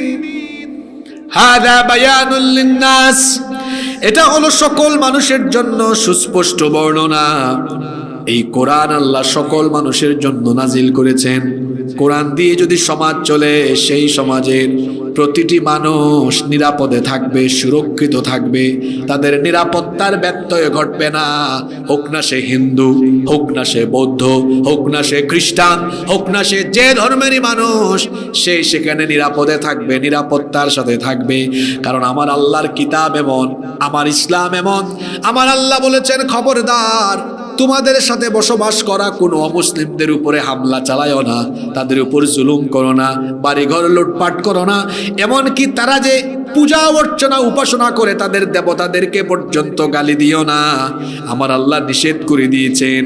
কোরআনে কারীমের 6 নম্বর সূরা, সূরাতুল আনআমের 108 নম্বর আয়াতে আল্লাহ বলছেন, ওয়ালা তাসুব্বুল্লাযীনা ইয়াদউনা মিন দুনিল্লাহি ফায়াসুব্বুল্লাহা আদুওয়াম বিগাইরি ইলম কাযালিকা যায়্যান্না লিকুল্লি উম্মাতিন আমালাহুম সুম্মা ইলা রাব্বিহিম মারজিউহুম ফায়ুনাব্বিউহুম বিমা কানু ইয়ামালুন। আল্লাহ তাআলা বলছেন, যারা আল্লাহকে বাদ দিয়ে অন্যদেরকে উপাস্য বানিয়ে ডাকে, তাদের দেবতাদেরকে তোমরা গালি দিও না। কারণ তুমি যদি তাদের উপাস্যকে, তাদের দেবতাকে গালি দাও, অজ্ঞতাবশত এরাও তোমার আল্লাহকে গালি দিয়ে দিবে। তাহলে অন্য ধর্মের উপাস্যকে পর্যন্ত গালি দিতে নিষেধ করেছেন কে? দেখছেন দেখছেন ইসলাম কত সুন্দর। আবার নবীজি বলেছেন, কারো উপাসনালয়ে হামলা চালায়ও না, কারো উপাসনালয়ে হামলা চালায় না। নবীজি যখন কোথাও কোনো সেনাবাহিনী পাঠাতেন, তাদেরকে বলে দিতেন, কোনো ধর্মীয় উপাসনালয়ে সেই ধর্মের পণ্ডিতদেরকে এবং তাদের নারী, বৃদ্ধ, শিশুদের উপরে হামলা চালায় না, বাড়িঘর লুটপাট করো না। আল্লাহ কোরআনের অন্য আয়াতে নিষেধ করেছেন যে কোনো অমুসলিমের উপরে জুলুম করো না। কারণ সে অমুসলিম হলেও তার প্রথম পরিচয় সে মানুষ, তার প্রথম পরিচয় সে কি? তাহলে দেখেন তো, ইসলাম কি সাম্প্রদায়িক দাঙ্গা লাগায় না সম্প্রীতির শিক্ষা দেয়? আপনারা শুনতেছেন আমার কথা? সম্প্রীতির শিক্ষা দেয়। আমাদের পাশের দেশ থেকে মাঝে মাঝে আমাদের দেশে উস্কানির আগুন লাগানোর তারা চেষ্টা করে। কয়, বাংলাদেশে যদি কোনোদিন ইসলামী হুকুমত এখানে কায়েম হয়, তো হিন্দুর কি হবে, বৌদ্ধের কি হবে, খ্রিস্টানের কি হবে? আরে বাপরে বাপ, মায়ের চাইতে মাসির দরদ বেশি। তা আমরা বলি, হিন্দু, বৌদ্ধ, খ্রিস্টানদের কি হবে? যদি তাদের কথা অনুযায়ী সত্যি সত্যি এ ধরনের পরিস্থিতি হয়ে যায়, তাহলে হিন্দু, বৌদ্ধ, খ্রিস্টানরা অতীতে এত আরাম সুখ তারা হয়তো পায় নাই, যতটা আরাম তারা এই হুকুমাতের ভেতরে পাবে। কেন? কারণ মায়ের কোলে শিশু যেমন নিরাপদ, ঠিক তেমনি ইসলামী হুকুমতের অধীনে থাকা মুসলমানদের কাছে অমুসলিমরাও নিরাপদ। তাদের বাড়িঘর, তাদের জায়গা জমি, তাদের উপাসনালয়, তাদের গির্জা, মন্দির, পেগুডা, তাদের পূজা মণ্ডপ সব নিরাপদ। কারণ কোন মুসলমান তাদের বাড়িঘর, পূজা মণ্ডপ, ধর্মীয় কাজে বাধা দিবে না, বরং তাদের সুরক্ষা, নিরাপত্তার 100% ব্যবস্থা করবে। পাশের দেশের দাদারা যখন এই কথা বলে, আমি বলি, নিজের চরকায় তেল দাও। আমার পূর্বপুরুষরা ভারতকে 800 বছর শাসন করেছে। কত বছর? মুঘল সাম্রাজ্যের ইতিহাস জানেন না আপনারা? 800 বছরে আমার পূর্বপুরুষরা ভারতে কোনোদিন হিন্দুর মন্দির দখল করে মসজিদ বানায় নাই, কোনো ইতিহাস নাই এরকম। 47-এ যখন ব্রিটিশরা ভারত ছেড়ে চলে গেল, 47 থেকে 25 এদের ইতিহাস ভালো না। এরা মসজিদে হামলা চালিয়েছে, কাশ্মীরে হামলা চালিয়েছে, আমাদের ভাই বোনদেরকে মেরেছে, মুস্কান নামক একটা মেয়েকে লাঞ্ছিতা করেছে, তাবরিজকে পিটিয়ে মেরেছে। ভুলে গেছেন নাকি আপনারা? শুধু তাই নয়, এরা এতটাই উগ্র, এতটাই অসভ্য, এতটাই বর্বর, এতটাই সন্ত্রাসী, এরা আমাদের শত শত বছরের ঐতিহ্য বাবরি মসজিদ দখল করে রাম মন্দির বানিয়ে পৃথিবীর 200 কোটি মুসলমানদের কলিজায় আগুন লাগিয়ে দিয়েছে। তোমরা আমাদেরকে সভ্যতার সবক দাও, তোমাদের মুখে সভ্যতা সম্প্রীতির সবক মানায় না, এটা আমাদের মুখে মানায়, কারণ আমরা কোনোদিন কোনো অমুসলিমের উপাসনালয় দখল করি নাই। এই যে আমাদের দেশে তো ওয়াজ মাহফিল হয়, কোনো হুজুর কি বলে মাহফিলে, যান অমুসলিমের বাড়িঘর সমান তালে দখল করেন, জায়গা জমি দখল করেন, অমুসলিমদের উপাসনালয় পুড়ায় দেন, তাদের উপর জুলুম করেন। কোনো হুজুর আজ পর্যন্ত কোনো মাহফিলে এমন কথা বলেছে? বলে নাই। এই আমি একটু আগে কি বললাম, আমার দেশে হিন্দু বৌদ্ধ খ্রিস্টান যারাই আছে, এই পরিচয়ের আগে তার আগের পরিচয় হলো সেই বাংলাদেশের নাগরিক। এজন্য এই দেশে আমরা দেশের নাগরিক হিসাবে আমরা সবাই মিলেমিশে থাকব। আল্লাহর কিতাব আমাদেরকে এইটাই বলে যে এই কিতাবের হুকুমতও যেখানে চলবে, অমুসলিমরা তার পরিপূর্ণ অধিকার নিয়ে বসবাস করবে, তাকে মুসলমানরা কখনো ক্ষতি সাধন করবে। প্রধান অতিথি আসতেছে, একটু অপেক্ষা করেন, আর 2টা পয়েন্ট। 1 নাম্বার বলেছি, দেখি একটু রিভিশন দেই তো, আল্লাহর কিতাব থাকলে কোনো গরিব দুঃখী অনাহারী ক্ষুধার্ত। 2 নাম্বার অবিচার, আসলে ন্যায় বিচার দরকার। কত মানুষ ন্যায় বিচার না পাইয়া অবস্থা সিরিয়াস। এই কাজগুলো একটা দেশের মানুষ ভালো থাকার জন্য 1 নাম্বারে পেটে খাবার থাকা লাগে। মানুষের মৌলিক চাহিদা আছে না, অন্ন বস্ত্র বাসস্থান শিক্ষা চিকিৎসা, তবে সবার আগে সচ্ছলতা থাকা লাগে। পকেটে টাকা আর পেটে খাবার না থাকলে ওয়াজও মজা লাগে না। কথা ঠিক আছে? এজন্য সামনে খাবার আর নামাজেরও টাইম। মাসালা কি, আগে নামাজ না আগে খাবার? আগে খাওয়া, আগে খাওয়া, এরপর নামাজ।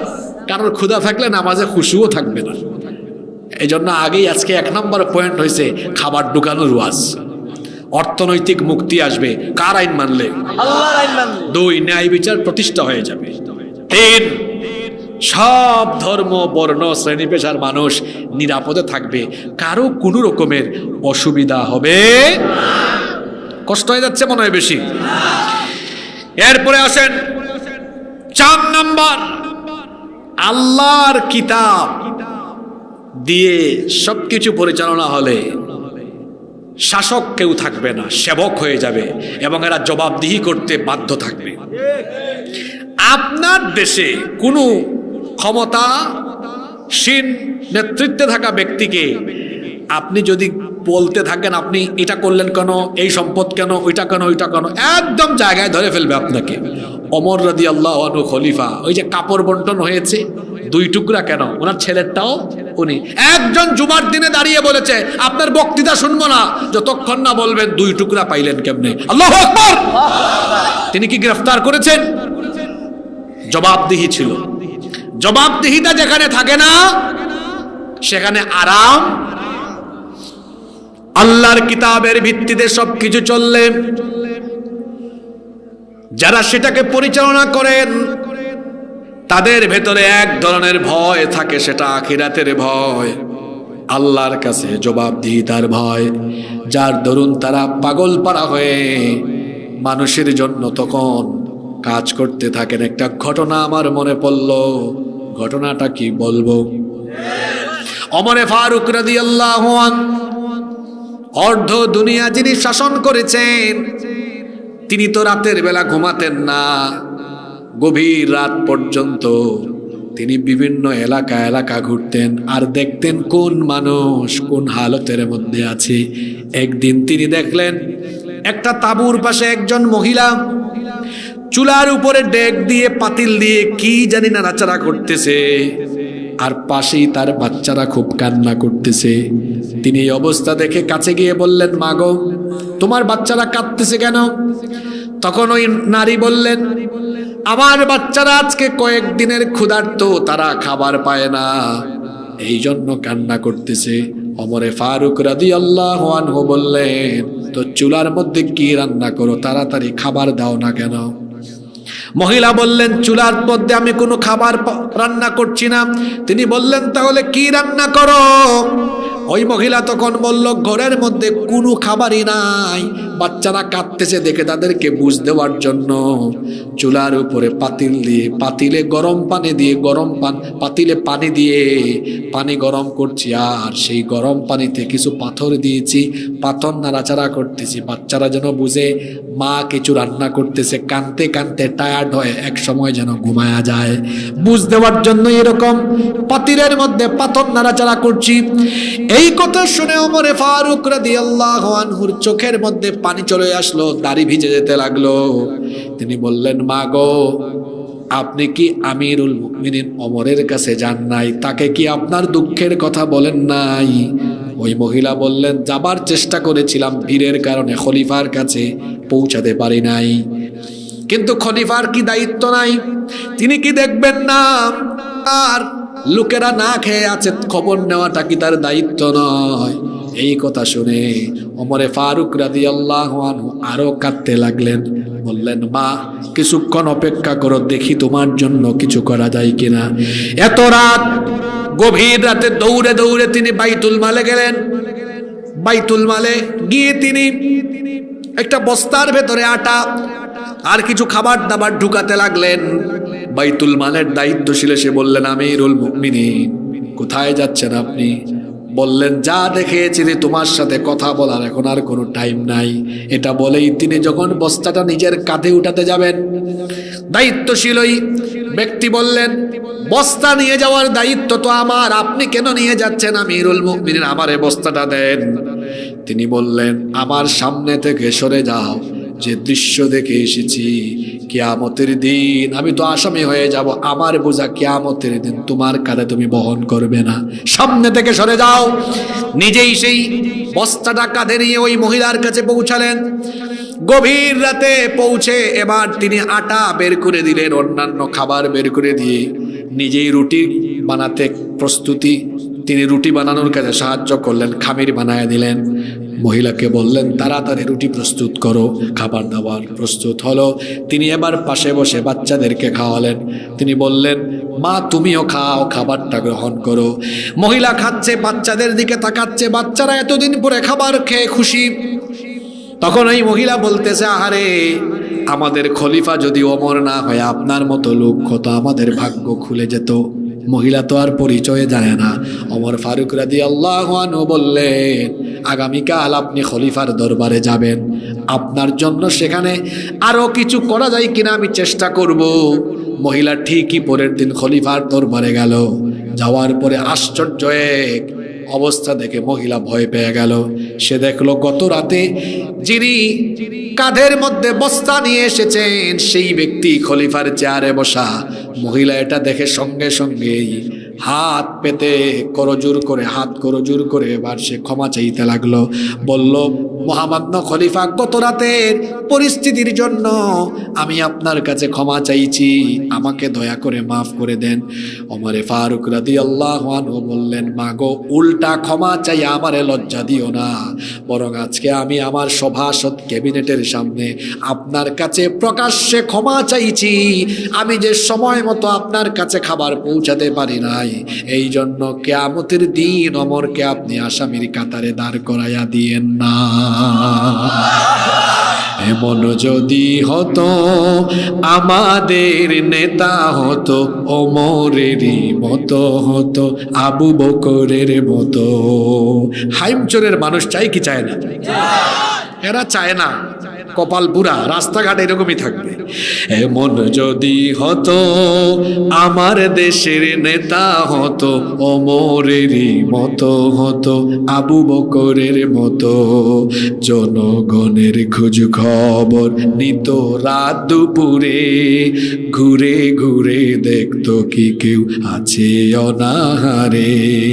আমার দেশের মা বোনেরা লাঞ্ছিতা হতো না, আমার দেশের কৃষক শ্রমিক বঞ্চিত হতো না, ধনী গরিব ভালোবাসার জীবন ফিরে পেত, যদি আমাদের নেতা হতো ওমরেরই মতো হতো, আবু বকরের মতো। ঠিক কিনা?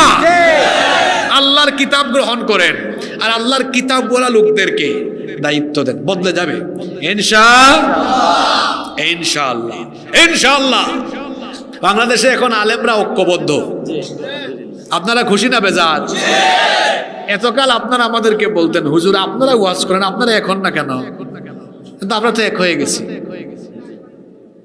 হুজুররা এক হয়ে গেছে না? এখন সব এক হয়ে গেছে। এটা দেখে পাশের দেশের দাদাদের রাতের ঘুম হারাম।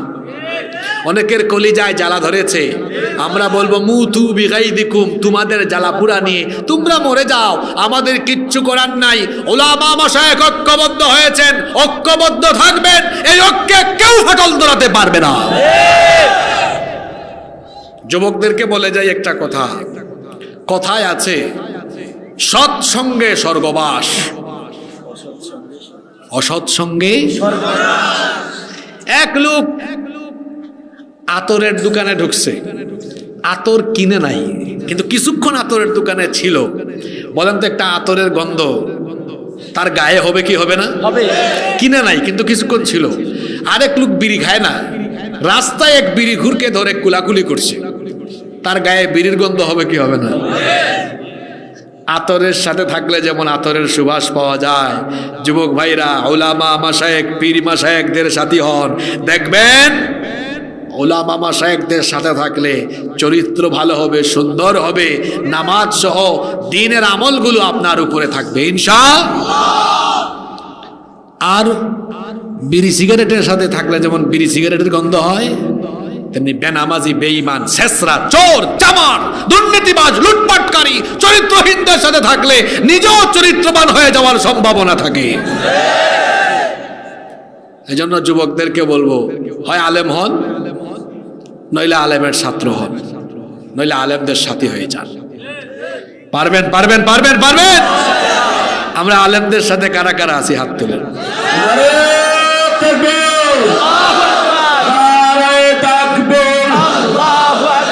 আল কোরআনের আলো, আল হাদিসের আলো, সুন্নাত তরিকা, নারে তাকবীর। হাতগুলো নামান, আল্লাহ আমাদেরকে এক রাখুন। নিজেদের মধ্যে কিলাকিলি করবেন না। হ্যাঁ, যে অমুক সরসিনা, অমুক ফুরফুরা, অমুক কৌমি, অমুক আলিয়া, তো কি হয়েছে? আমাদের রব কয়জন? একজন। রসুল কয়জন? কিতাব কয়টা? তা আপনারা তো মারামারি করেন কেন? যে কৌমিতে আছে আমার ভাই সে, যে আলিয়াতে আছে সে আমার ভাই, যে সরসিনা সেও আমার ভাই, যে ফুরফুরা সেও আমার ভাই। সব মুসলমান, যারা মুসলমান সব আমাদের ভাই, ঠিক না ঠিক? দলাদলি করবেন না, দলাদলি করা যাবে না। মনটাকে বড় করেন, মনটাকে বড় করেন, সবাইকে আপন করে বুকে টেনে নেন। পারা যাবে না ইনশাল্লাহ? ভেজাল লাগান কেন? আপনি উম্মতের ঘরে আগুন লাগছে, পানি ঢালেন, কেরোসিন ঢাইলা আগুন আরো বাড়াইয়া দিয়েন না। আমরা সবাই এক থাকবো ইনশাআল্লাহ। আমাদের মাঝখান দিয়া একটু আমরা দূরে দূরে থাকি বলে দেখেন না ভারতীয় গোলামরা কি সাহস করে। ভারতীয় গোলামদেরকে বলছি, মনে রাখতে হবে ভারতীয় এজেন্ডা বাস্তবায়নের চেষ্টা হলে এই জায়গায় কিন্তু আমরা এক। এটা আগেও বলেছি, এই জায়গায় আমরা এক, এই জায়গায় আমরা এক। ভারতীয় এজেন্ডা অন্তত পক্ষে আপনারা কে কি মনে করেন জানেন না, জানি না। আমরা আলেমরা শপথ করেছি, আমরা বেঁচে থাকতে এই দেশে ভারতীয় একটা এজেন্ডাকে আমরা বাস্তবায়ন করতে দিব না। আমরা দিব না। এটা মুসলমানের দেশ, এদেশে দিল্লির কর্তৃত্ব চলবে না। এটা ভেঙে দিয়েছি আমরা। আর দিল্লির কর্তৃত্ব বাংলাদেশে মাথা উঁচু করে দাঁড়াতে পারবে কোনোদিনও না, কশিন কালেও না। কারণ এরা কম জানান নাই আমাদেরকে। হুজুর দেখলেই জঙ্গি, হুজুর দেখলেই রাজাকার, জঙ্গি জঙ্গি, রাজাকার রাজাকার, খেলার দিন শেষ। ইসলামের বাংলাদেশ। সম্মানিত ভাইয়েরা, জাতিকে আর আমরা বিভক্ত করতে চাই না, আমরা এক হয়ে। আপনারা বলেন তো, আমার বক্তব্যের শুরু থেকে এখন পর্যন্ত ভেজাল লাগানো, দলে দলে ভাগ করে দেওয়ার মতো হিংসাত্মক কোনো কথা এখনো আমি বলেছি না। বলেন, বলেছি? না। সারা দেশে আমি একই রকম কথা বলি, আমি সবাইকে এক থাকার কথা বলি। আমি কোনোদিন কুরআন তবে কেন এক নও হে মুসলমান, এক হও এক হও করিয়াও বাম। আল্লাহ আমাদেরকে এক বানিয়ে দেন, আমিন। প্রধান অতিথি রেডি করেন। আজকের 5 নাম্বার পয়েন্ট হলো, আল্লাহর কিতাবকে আমরা যদি প্রধান অতিথির কথা বলে কয়েকদিন যে মুচকি হাসি মারছি। আচ্ছা, খায় আসেন নাই? কে কে হাত তুলেন তো? মানে বাড়ি থেকে খায় আসেন নাই? কে কে হাত তুলেন? আরে বাপ রে বাপ, চিন্তা করেন, মানে বরকতি খাবার খাওয়ার জন্য বাড়িরটাও খায় নাই। অসুবিধা নাই, বেশিরভাগ খেয়ে আসছে, এই জন্য আওয়াজও আছে। আওয়াজ তো থাকবেই। যে তেল তেলা ইলিশ খায়, এত সুন্দর সুন্দর ইলিশ খাইয়া সবার চেহারা ইলিশ মাছের মতো সুন্দর হয়ে গেছে। আপনারা ইলিশ মাছ আনছেন নাকি আমার জন্য? নাই? কেউ বলে আছে, কেউ বলে নাই। কার কথা বিশ্বাস করতাম? আচ্ছা, আমরা শেষ পয়েন্ট কথা বলছি। আল্লাহর কিতাব যদি আমরা গ্রহণ করি, তাহলে মনে রাখবেন, কোনোদিনও নীতির পরিবর্তন হবে না। কথাটা অনেকে বুঝে নাই, তো একটু উদাহরণ দিয়ে বুঝাই। মনে করেন আপনাদের এই গ্রামের নাম হলো ছোট বড় লক্ষ্মীপুর, আছে নাকি? আচ্ছা, ছোট লক্ষ্মীপুর, এইটা একটা সমাজ, একটা গ্রাম চালানোর জন্য আপনারা আমার এই সম্মানিত বাবাকে দায়িত্ব দিলেন। আমরা আমাদের এই বাবাকে বললাম, আপনি আমাদের সমাজটা চালান। তো উনি তখন সমাজ চালানোর জন্য কিছু আইন বানাইলেন, যে এই সমাজে এটা করলে এই শাস্তি দেওয়া হবে, এটা করলে ওই শাস্তি দেওয়া হবে, একটা আইন বানালেন। একটা পর্যায়ে উনি যখন দায়িত্ব থেকে অপশন নিলেন, দায়িত্ব উনারে দিলেন। উনি দায়িত্ব পেয়ে মনে করলেন, আরে বাপরে বাপ, আমার আগের বাপ তো কিছু কিছু আইন বানাইছেন, এটা আমার আর আমার চেলা সামুন্ডাদের সাথে সাংঘর্ষিক আছে। আপনাদের কল্যাণে কিছু আইন আমি কারেকশন করছি। উনি বদলাইছে, আসলে আপনাদের জন্য না, উনার নিজের জন্য। এরপরে আমাকে দিল, ওনার দায়িত্ব শেষে আমিও কিছু বদলাইলাম, এরপরে উনাকে দিল, উনি কিছু বদলাইলো। এইরকম করে আপনাদের দেশে এই পর্যন্ত আপনাদের দেশ পরিচালনার যে সংবিধান একখানা আছে, ওইটা পরিবর্তন করছে 17 বার। কতবার? 17 বার। আপনারা কি মনে করেন এটা আপনাদের কথা চিন্তা করে পরিবর্তন করা হয়? বুকার স্বর্গে বাস করেন আপনি।